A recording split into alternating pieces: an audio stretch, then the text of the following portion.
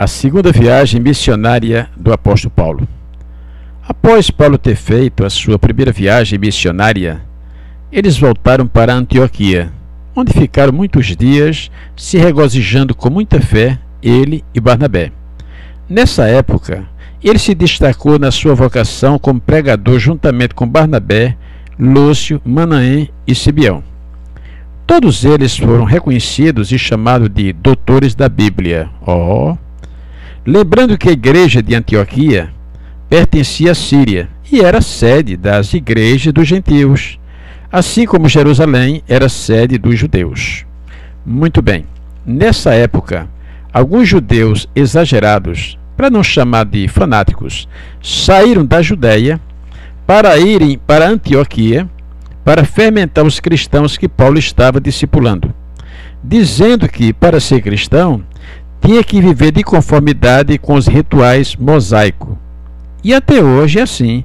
Nem vou dar os nomes para não mirar, mas a língua está coçando que não é brincadeira, tá?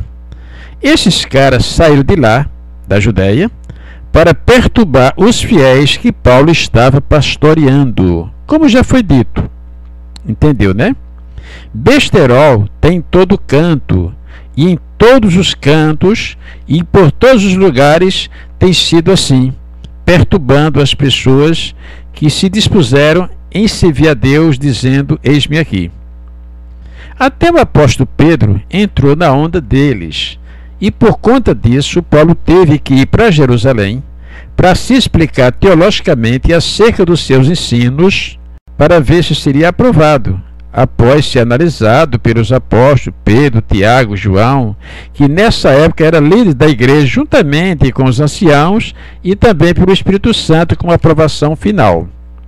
Nessa reunião ministerial, Pedro percebeu que Paulo não priorizava a liturgia religiosa no que tange usos e costumes, e lhe opôs, lhe censurando. Paulo não deixou por menos e disse: você que é judeu e vive como gentio, e não como judeu, e obriga os gentios a viver como judeu? O homem, meu irmão, não é justificado pela lei, e sim pela fé, porque pela lei nenhuma carne será justificado. E continua dizendo, Paulo, viu? Hoje não vivo mais, mas Cristo vive em mim. Após o término do debate, Paulo disse: eu preciso fazer minha segunda viagem missionária. E Barnabé se antecipou e disse: vai ser uma viagem extraordinária. Vamos levar João Marcos também. Paulo disse: de novo? Comigo não. Quando eu mais precisava dele, ele disse: estou fora, vou voltar para Jerusalém. Barnabé disse: tudo bem, eu vou com ele, e você vá com o outro se quiser.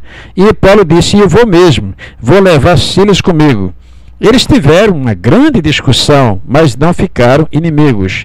E assim Paulo partiu com Silas, confirmando as igrejas que ele já havia passado antes, conforme está escrito em Atos, capítulo 15, versículo 35 até o 41. Nessa estrada fora, Paulo encontrou Timóteo na hora certa, isso na cidade de Listra.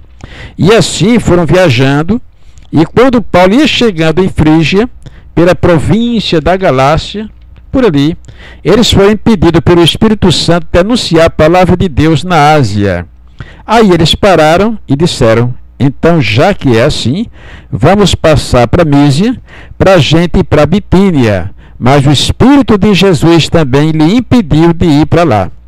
Fazendo aqui uma pausa, quem é guiado pela divindade não vai para onde quer, porque os caminhos de Deus não são os nossos caminhos e muito menos o pensamento. Só sei que naquele momento, à noite, Paulo teve uma visão, quando lhe aparecia um varão que lhe dizia: Paulo, atravessa a Macedônia e nos ajude. Atos capítulo 16, versículos 6 até o 9. E assim eles partiram. E foi em Trode que Paulo conheceu o médico Lucas e ganhou para Jesus, o qual mais tarde se tornou um evangelista e um discípulo dele. Foi exatamente esse Lucas que escreveu o terceiro evangelho, que traz o seu próprio nome. Ele também escreveu o livro de Atos. E assim Lucas, Silas, Tito e Timóteo se tornaram seus cooperadores para o resto da sua viagem até chegar a Roma. Após eles terem concluído a sua segunda viagem missionária, voltou outra vez para Antioquia, cheio de alegria. Depois eu falo sobre a terceira viagem missionária, mas em outro dia. Me apresento em oração. Missionário Teles Andrade, Souza, Paraíba.